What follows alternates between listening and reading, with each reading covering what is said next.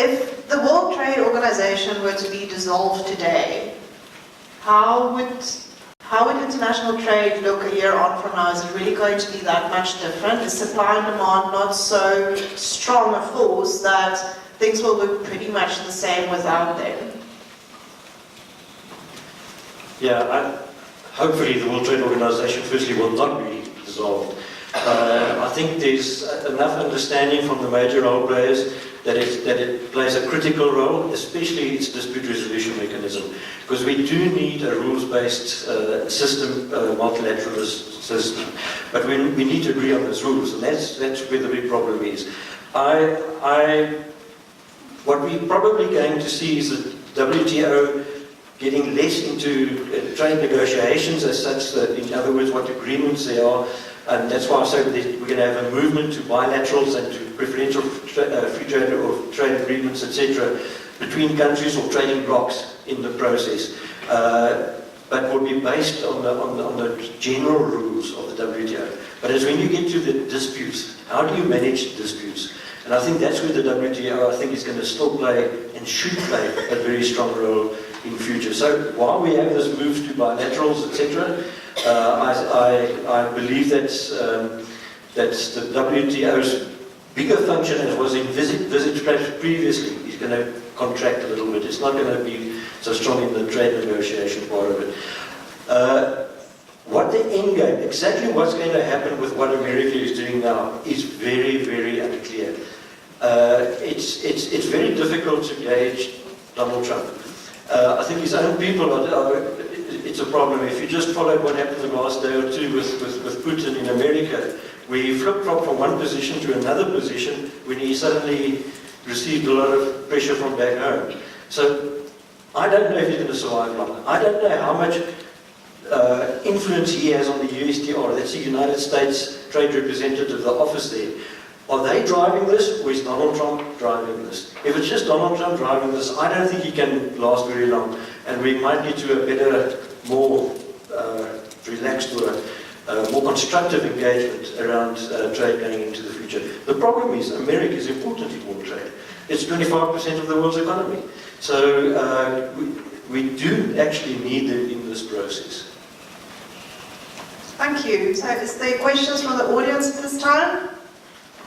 Yeah, thank you. I reckon that Dr. Pieter, just to follow on detail to that question, what benefits, is it that South Africa's benefit at all that the UK and EU pick up this fact of the Brexit? Will there be benefits to trade opportunities that open up to South Africa as they close the doors to bilateral agreements with the UK? I don't know if everyone on this side heard, so the question is whether South Africa will benefit from Brexit. Yeah, that's a very relevant question, because we're also not sure whether it's going to be a hard Brexit or a soft Brexit, so all that will also still impact on your question. But we've had two formal engagements with the United Kingdom Embassy and UK Trade and Investment. We even had a workshop with them, and then we've also had meetings when Philip Hammond was here, the Chancellor of the Exchequer, also around the Brexit issue, basically to try and say that the UK would like to expand its trade with South Africa. And obviously we're a pretty big exporter of wine and fruits and nuts and whatever into the UK. So generally, our feeling is that Brexit might even create more opportunity for us from an agriculture and agribusiness sector than what we currently have, because we are being blocked through SPS arrangements primarily on citrus and other commodities through EU, especially your Mediterranean countries, where these diseases wouldn't be a problem, for example, with the UK. So there are other opportunities that might develop out of this. So we see it more as an opportunity than as a threat at this stage. But our whole trade strategy is actually also aimed at diversification away from just Europe, more into Africa, specifically into Africa, and then also into Asia, the Middle East and the Far East. So we can't have all our eggs in one basket. So we've got to have a look at our whole trade policy in a comprehensive and a cohesive way in the process. Thank you. We have a question there. Thank you very much. I think my question is around technology. I need to know the availability of the IoT devices you were speaking about in South Africa and the technical support that is available for those devices, as well as what level of programming would one require for you in order for you to set them up. And lastly, is there any smart farm that you know of in South Africa that is currently using that technology, and what are the benefits? Thank you. Very important question. The narrowband IoT is a technology that was pioneered by Huawei about 3 years ago, and they pushed heavily to have that as standard adopted by the ITU, the International Telecommunication Union. This technology was adopted about 2 years ago in Geneva, and this has subsequently been launched as an add-on product to your cellular operators. So the cellular operators have allocated spectrum across the channels. I know MTN and Vodacom have both launched the narrowband IoT. The narrowband IoT is a very nice technology. It's more reliable. It has more capabilities where you can program the device where some of the other technologies can't do it. But you will anticipate a higher cost, a slightly higher cost because of this. We all know that in the telecommunication game, after a few years, the economy of scale kicks in, and then the prices drop even for standardized technologies. But the narrowband IoT is seen as the standard which cellular companies will roll out across the world. And they've, based on my best assumptions, I think they launched it in the guard band of 900 megahertz. So that is the band that's between the various operators, mainly because of the shortage of spectrum in South Africa. That being said, there are other technologies that you can launch yourselves in the open spectrum, the LoRaWAN and Sigfox. They are supported by companies like Dark Fiber Africa and Vumatel with a fiber footprint. They actually have the same coverage as narrowband IoT, so you can also look at Sigfox and LoRaWAN. LoRaWAN allows you to run your own network on your farm. So if, for example, the operator doesn't cover your farm based on frequency, you as a farmer can launch your own network yourself. And because these sensors only wake up every now and again, they wake up, send the information and shut down again, they literally don't have an impact on other spectrum carrying devices around you. The language you can utilize, there's a variety of protocols you can utilize. There's MBQTP, there's a variety of IP-based protocols within the narrowband domain. It depends who your service provider is. So for example, if you align with Vodacom, there's a platform called ThingWorks, and ThingWorks allows you to then dynamically structure this platform. If you go with other service providers, software like Python is a very good programming language you can utilize, but there's open libraries available on all three of these platforms that will allow you to roll it out, and the price point of the sensors is approximately the same. So we are now entering an era where it's really cheap to connect your farm. If the service provider doesn't allow you to do it, you do it yourself. And the do-it-yourself option can also be rolled out in countries where you don't have coverage. So if you want to know more, just send me an email or log on to my website. I can send you more information in that regard. Thanks. Just to answer your question about the smart farms in South Africa, it's such a wide term. I'm not really sure, what you mean when you talk about a smart farm, but definitely we see with the farmers that we engage with through Farmers Weekly that our farmers are definitely some of the earliest adopters of new technology in the world. And we even see it when we go to other countries that now, especially during the drought, our farmers have invested in even more irrigation technology. And I think very, very widely and broadly, the best possible technology in irrigation is being used in South Africa. We're probably seeing less mechanization in terms of harvesting, especially for our field crops and some of the more high-value crops like blueberries. But of course, there's also a slight resistance to too much mechanization because we are still in a position where we want to create more jobs. But depending on what you mean by smart farming, there's definitely a lot of technology in use in South African farming.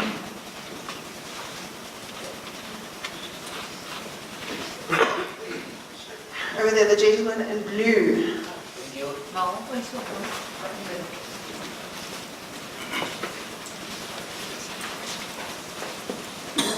this gentleman first. There's another gentleman in the front there.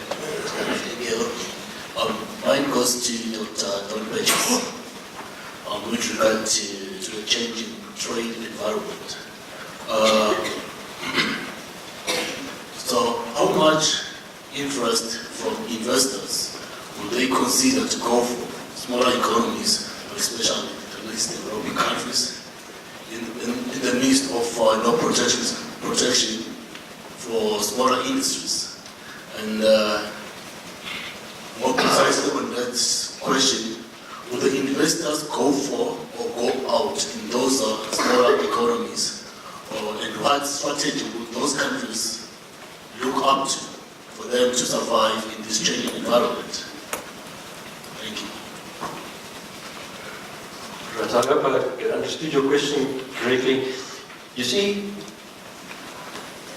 the least developed countries in the world, and also many of the developing countries, also want to industrialize. They also want to add value to their products. And what we're seeing now is many of the developed countries pushing back on that, because they want to import the resources, raw resources fairly cheaply, add value, and then trade with the added value, because that's actually where the money is, not so much in the resources, it's in the added value of the products.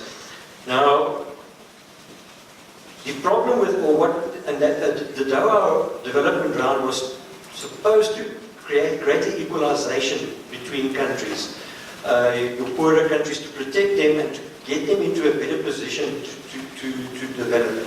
But there is pushback, especially from the US specifically, in that regard. Now, if we don't have a Doha, or we don't go into a development round and we don't create better opportunity for smaller countries, smaller enterprises to be competitive in the international global trade, they are going to stay. We're going to have an unequal society across the globe continuously. And I think that is what Barack Obama, if you listen to his speech yesterday, was also saying. He says it can't just be, he warned us against this new order. He said it can't just be about the big guys getting bigger and inequality perpetuating, actually the new trade order exacerbating that problem.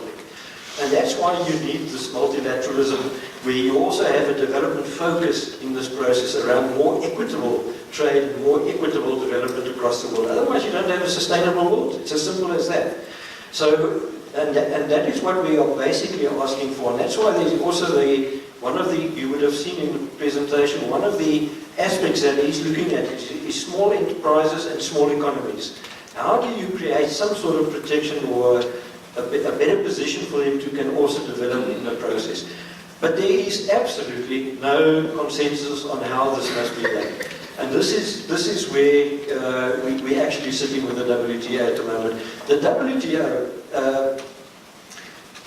from a point of view of what you would wish it to be, would be to be that organization that creates that type of protection and the rules for that type of situation. But it's being undermined.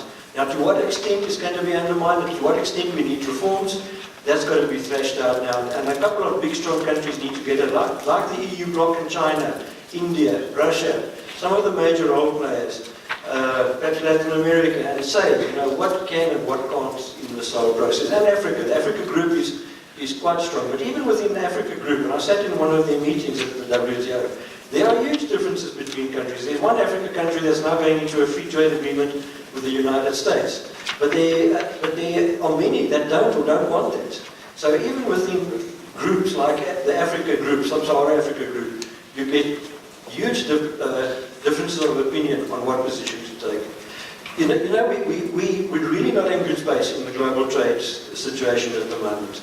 And it's going to take real cool heads to get us out of this situation.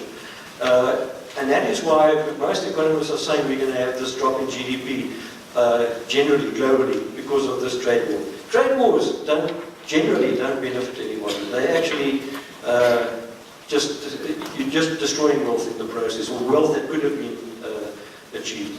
But we also say that there are some reforms that need to be made. How are we going to get to agreement on this? At the moment, it's not very clear. Because it's more a conflict situation than a constructive engagement situation at the moment. Thank you. So are they not easy to win? No, they are not. And I think when he said that they are easy to win, I don't think he understood how the world would react. And I don't think he understood his own constituents at home in terms of how they would react. You know, protectionism sounds very nice, but protectionism alone is actually not good for you. It works against you in many times. So protectionism is the way that they try to implement it is negative for the economy, for their consumer choices, for the growth creation in those countries. It works against you if you implement it wrongly, which we think he is doing. But you know, and the problem is we don't know what the end game is. We don't know where he's going with this. For example, at the AGOA forum this past week, he said he wants to, Robert Lighthizer, who's the USTR, said they want to go into a free trade agreement with sub-Saharan Africa. And that would make sense from the EU's point of view because they're just so competitive and it would suit them. But they certainly won't go into a free trade agreement with China because China will just outcompete them as the workshop of the world. And so they're setting different rules for different people. And this is creating huge uncertainty. And this is where you actually want WTO to step in and create a more equitable situation across the world. It's not easy. And China perhaps has used the World Trade Organization to its benefit in the process. And they're growing at 6.5% or whatever. But and the US, you must also remember there's a lot of power politics behind this. It's not just about the trade. You've got to look at this in context of power politics. And the US feels threatened by China. It feels threatened by India, or by the whole Asia continent, basically. And you must see this as part of that, of the whole global power play in the world. Thank you. It was okay. This question goes to Dr. John. Within the world trade, we talk about global trade and everything, but I'm wondering what's the world trade doing for Africa itself, because we don't have trade going in between the borders across, i.e. from here to Congo or Mozambique. Mozambique usually just use the veggies and stuff like that, but we need business across the whole continent, so how is that going to change for us as Africa itself? I think that's a very good question. We strongly support the development of a continental free trade agreement, but it's not going to be easy. There are many issues around rules of origin and other issues that have to be sorted out. Africa's trade with itself is only 15% of Africa's trade. So we export, that basically means we're exporting all our resources, our oil, our gold, our platinum, whatever, and also agricultural commodities out of Africa to where they are then processed. The problem too is what we call the spaghetti bowl of agreements in Africa. If you look at all the trade agreements in Africa, whether it's regional, ECOWAS, or EAC, SADC, SARCO as a customs union, it is incredibly complicated, and I think this is what they're trying to simplify by developing a continental free trade agreement for Africa. Then we will get better flow of products in Africa. So at the moment, this is government's major focus in terms of trade policy, is trade in Africa from South African perspective. I think we realize that there's a lot of potential that Africa can realize by trading with itself between countries. We've often seen South African table grapes that were exported to Europe, coming back from Europe and landing in Senegal or Nigeria. So you export to Europe and then it comes back into Africa. It's crazy beyond belief, but this has been happening. So we've got to get the right framework for trading into Africa. Now, South Africa's exports, for example, of agricultural exports into Africa have more than trebled over the last, since 2009, so nearly 10 years. So with the supermarket phenomenon of supermarkets like ShopRite, Checkers, etc., moving into Africa, they've also taken South African products with them. But then you also need a trade from those countries with South Africa to have some sort of trade balance in the process. So it's working in one direction, but it should work in other directions as well. So there's a lot of potential, but we need to get this free trade agreement going. Also the SADC free trade agreement. Then we can get better flow of trade. We also need to get trade facilitation going. The biggest problem is our border posts, where we have huge bureaucracy issues and huge lines of trucks, whether it's at Messina or Kazangulu, the Maputo corridor, at Kumati, and there are many other examples. You can be Lubumbashi and those areas in Congo, Zambia. We've got to get trade to flow in Africa, and your structural issues around infrastructure and also your border post control is still a major problem. Thanks. We had one question there. Good morning, thank you. My name is Tatiana from Mozambique.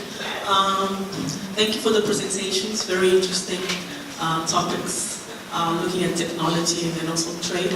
My question goes to you, Dr. Purchase, regarding the trade issue, because you were talking about WTO and the whole aspect of, you know, African countries also trading with the big economies. But also, you know, the last question touched on an important aspect of it, or how do we trade among ourselves? Okay, and the question to you is, how do we actually ensure that South Africa doesn't become the US when it comes to when we start comparing it with the rest of Africa? Because you well said, you know, we have to, there's the different South African products that are exported to the rest of the African countries. How do we ensure that those countries are able to have their products in the shelves of ShopRite, Checkers, and Pick n Pay and so forth, you know, and that you actually buy the South African product? Because the example, just a simple example, Mozambique bringing products into South African markets, we can't bring like tomatoes or things like that. We have to bring the bananas, but if you really look at the different products, you have the non-tariff barriers, you know, that we can't look, you start looking at SPS issues and all those things. How do you, because South Africa is also protecting its boundaries, right? So, yeah, how do you do that? It's a very good question, and I actually alluded to it because it has become skewed, the trade balance and the trade deficit with many countries that we're trading in Africa, and we do need greater reciprocity and greater trade balance between South Africa and many of its trading partners. That is not, it's not an easy one, but it's a very relevant question. I think what we also need to do is we need to develop regional value chains, and that can help sort out the problem. For example, we have, I'm just going to take the beef industry, because we have Nambi, we have Zambeef, we have South African beef exporting now for the first time really in significant amounts, where we were actually an importer from Zambia and Namibia and Botswana. But to change that dynamic, to have regional value chains that can export, and then using the little bit of muscle that we have economic to make those value chains really worthwhile and develop the region in the process. We must also go and see what those countries can offer, and we must also help industrialize those countries. So it's one of South Africa's major focus areas is SADC industrialization, actually African industrialization. And this is where we should be going to, because that can create demand from South Africa also for products from these countries in the process.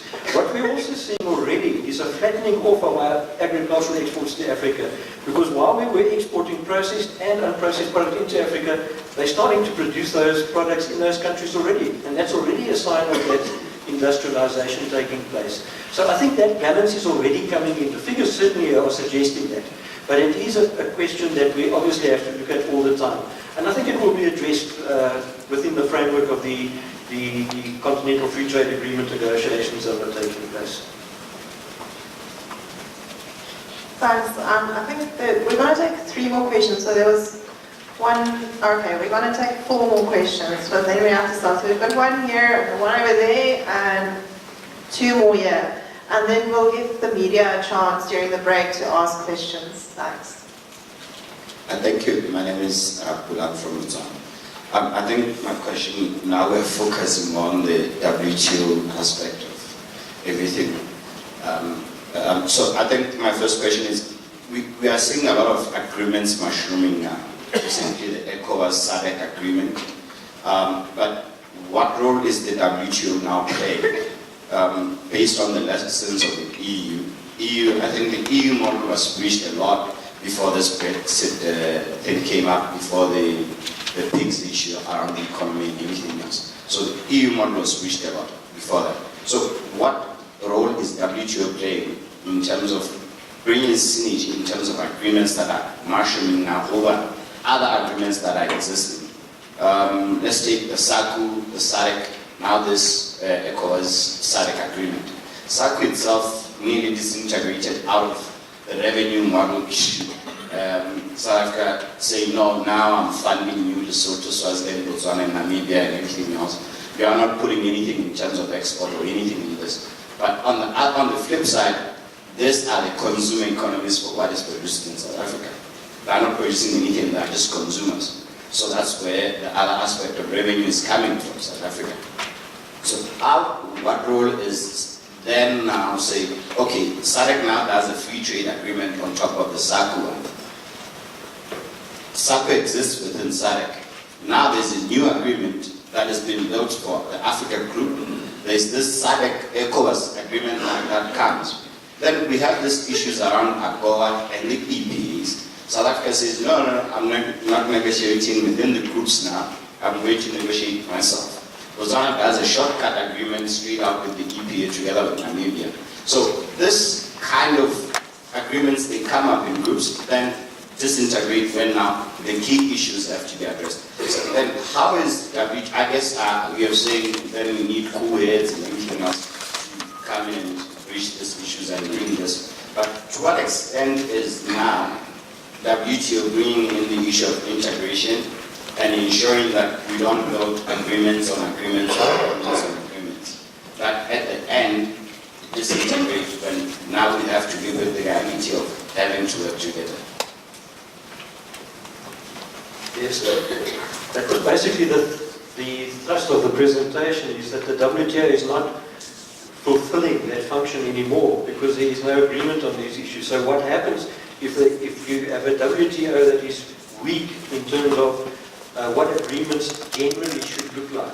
Sort of the overarching rules for trade in the world. If that falls apart, then you get a proliferation of a whole lot of bilaterals and other smaller type of trade agreements happening, and that's what you alluded to.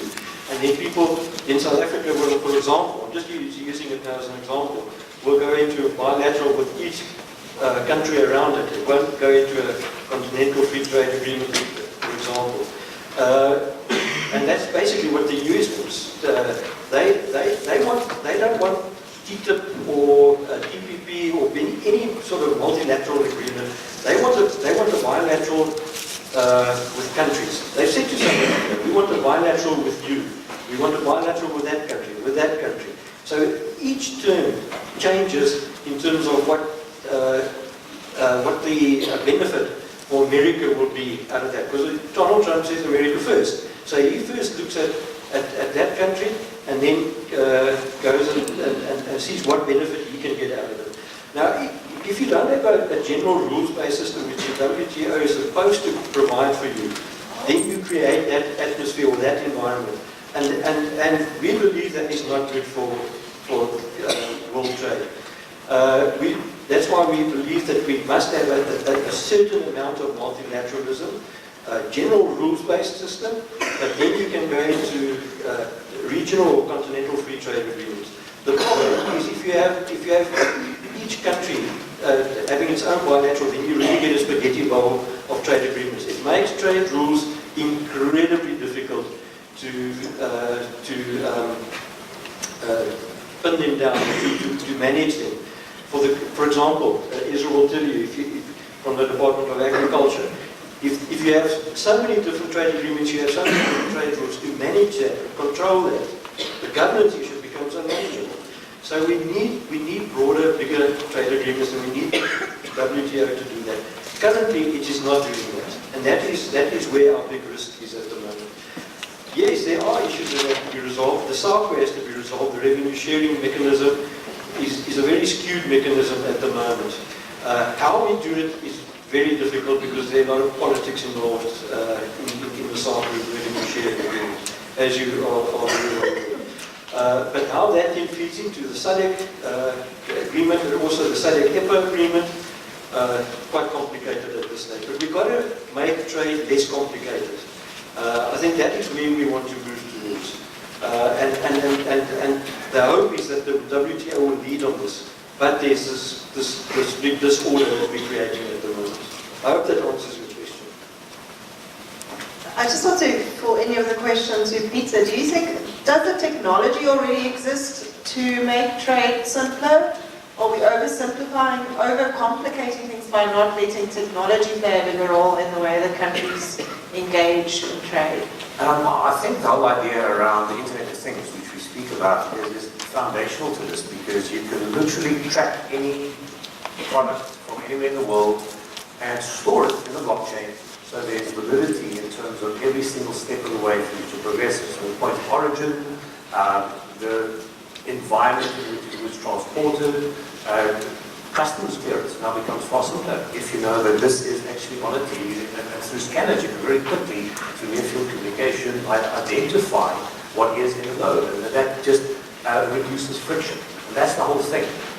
If you reduce friction at every step of the value chain, then the value that goes through the system is benefiting the farmer as well as the producer, because the entire cost of the infrastructure goes down, even if it's across borders. So technology plays a foundational role in making this a more frictionless world. And the politicians are doing the opposite.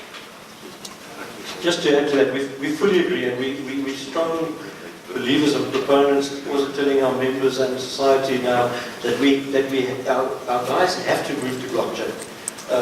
We're net exporter. If we want to maintain those markets, we've got to move into blockchain, even cryptocurrencies, because that runs with blockchain. So we believe that this is the way to go. It might take a lot of the problems out of trade and trade agreements out and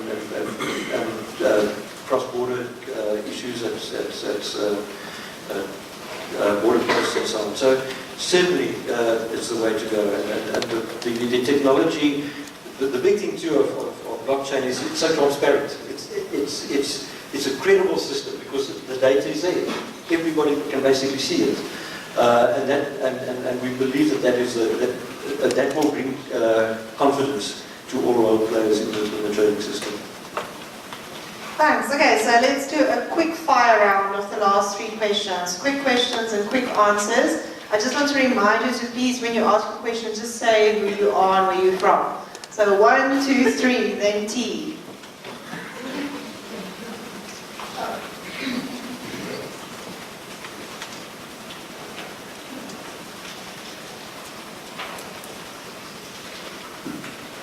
Thank you. My name is Kanono from Lesotho. I had 2 questions. The first one which has been answered now. It's around technology. Pieter, do you see the technology that you presented helping us, forcing politicians to move faster in terms of the agreements? Just sorry about that. My age is catching up with me. Just repeat the last question again. Do you see the technology you presented helping us pushing the politicians to move faster in terms of the trade agreements? Yes, I do. I think that a number of consumers are really worried about where they get their food from. And specifically those that you can ask a high margin for. The type of chemicals that are used, we know that in Africa certain chemicals are used that are banned in Europe. This ability to have a scanner in your hand, scan something and see if those chemicals are used or not contributes to it. The point of origin, where it comes from. Tracking of diseases where you aggregate your information. So it's not only about the linear value chain between a farmer and the end consumer, but about everyone sharing information not only across the value chain, but across each segment of the value chain. And that aggregation of information helps the financial industry to determine the viability of your products, of additional financing around insurance, the tracking of produce over borders. I believe that technology has the promise to reduce friction to an unbelievably large extent, and as costs then drop, everyone benefits, because if you can get the same product at a far cheaper price, the amount of value you leverage in the rest of the market is enormous. And I think it is very important to, and even on a governmental level, start talking about the utilization of similar technologies like blockchain on various side of borders and throughout value chains. I think if large retailers, producers, people in the value chain get together and with governments start introducing the shared technology base of transparency, I think we can all walk away winners from that process.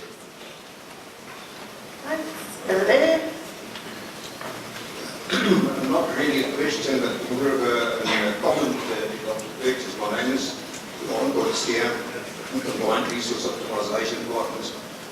John, looking at what you have said with pertaining to Brexit and what we know is going on, the sort of muddling through process, also with regard to the trade wars, and Trump seemingly do not really have, as you've alluded to, any outcomes as objectives, etc.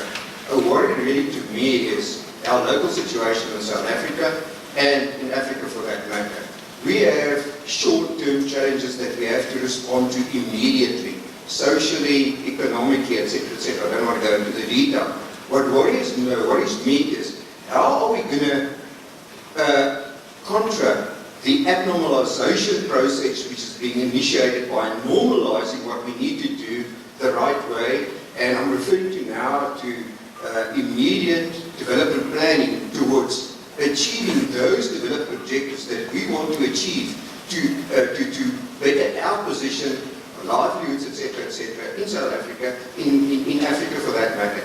Is it a matter of that, perhaps what you've suggested in one of your answers earlier on, that we need to look at the SADC industrialization process, where we try and normalize that, do the right thing there for the purposes of us all? Which is the problem. Yes, but one must comment on that. I think it's a very relevant point that you make. We must understand what role we can play in inclusive growth. We are a net exporter of agricultural product processed and primary agricultural products from South Africa. VFAP had a great graph 2 years back in one of their baseline studies in which they showed 36 commodities. Now, 80% of those commodities were growing, they were attracting investment. And those were practically all commodities that we exporting, that we have from. So they're basically trading at export parity pricing. But we have some commodities like wheat, which we actually have declining production. And we know that we're not competitive with those commodities on the world market. And the point I'm trying to get to is we're going to have to do what we call demand side management in South Africa, in the agribusiness or the whole agri-food value chain, a lot more. That can be our contribution. Why this is important? Because we want to grow exports. We have this growth opportunity. But then we've got to be competitive, but then you can also bring in smallholders, and you need the aggregation models and regional value chains that are strong, that have enough muscle, and you can bring in smallholders from different countries, also from South Africa, in this process. The problem is we're not getting enough smallholders and developing farmers into our commercial value chains, because we're not growing our markets properly to all our different places that we can grow. There's two things that create that pool for the agricultural sector. It's agro-processing and exports. And if we don't optimize those, if we don't manage those properly, we're not going to bring smallholders and new entrants into the production system. So we've got to create that pool in those value chains. And we believe that to be competitive with the big guys in the world, you need critical mass. That's why we are a strong believer in regional value chains. You already see it with sugar. Sugar is a regional value chain. Beef can become like that. Citrus is already moving in that way. We must remember we're the second biggest exporter of citrus in the world. So we already have critical mass, but if you can bring in citrus from Zimbabwe and from other countries into this, you then become such a big role player that you can start dictating terms on your global markets. And this is where we see inclusion also of other people in those value chains. I think our biggest challenge is inclusion, but then we've got to create market space for them in the process. Thanks. And then our last question of the session. You up here.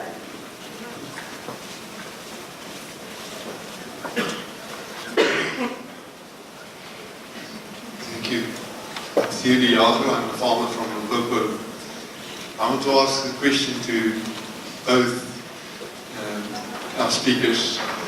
First, on Pieter, on the issue of data. Every agricultural conference, we are reminded that data is the new gold in agriculture, that it is to modern farming what genetics is to livestock breeding, that it's the precision of precision farming. And we are being warned that it's going to get expensive, that it's a tradable commodity. Can we as farmers own our own data, even through our organizations? And then to John, what is the role of the WTO in punitive measures in trade, like sanctions or embargoes, like we see in our neighboring countries, Zimbabwe or Russia? And what are the risks for us in the future on that, given the rumors over the last few days around possibility of sanctions as an outcome of expropriation without compensation?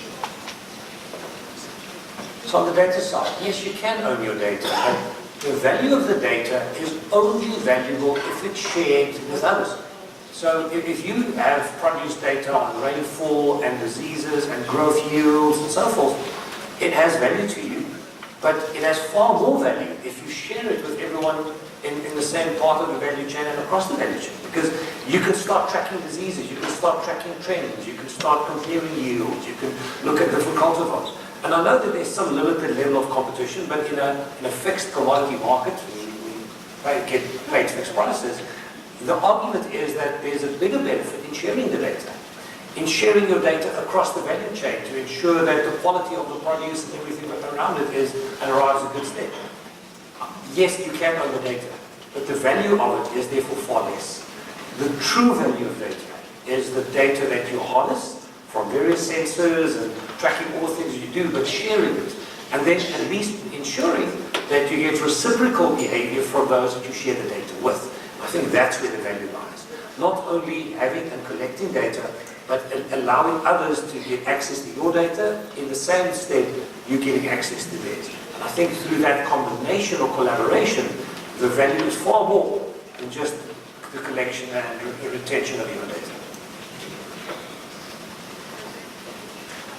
Theo, trade is not just a commercial exercise. It's a strategic power politics game as well. And people use trade for political ends too, like European Union implementing sanctions against Russia, for example, because of Crimea and Ukraine issues, etc. I'm just using an example. There are many other issues of sanctions, which has nothing to do with the commercial aspect. That has to do with political dispensation.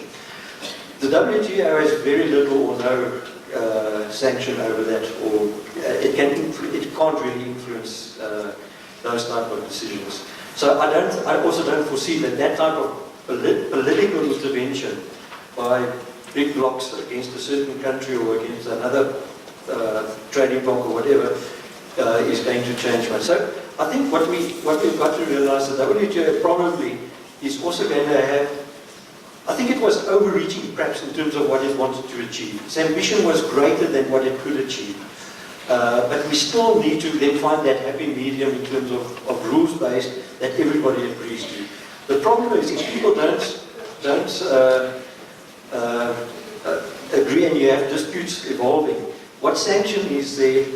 In terms of sanctions, probably nothing, because political process that will go. But in terms of rules-based, there can be some sanctions that, and one will have to go and look at what those might entail in the process, and say that you're not allowed to institute a certain tariff, for example, that's got to be lifted. It's not in line with the rules. But from sanctions point of view, the WTO has basically no say. Thank you. Thank you to the two speakers, and thank you for being such an engaging audience for this first part of the conference.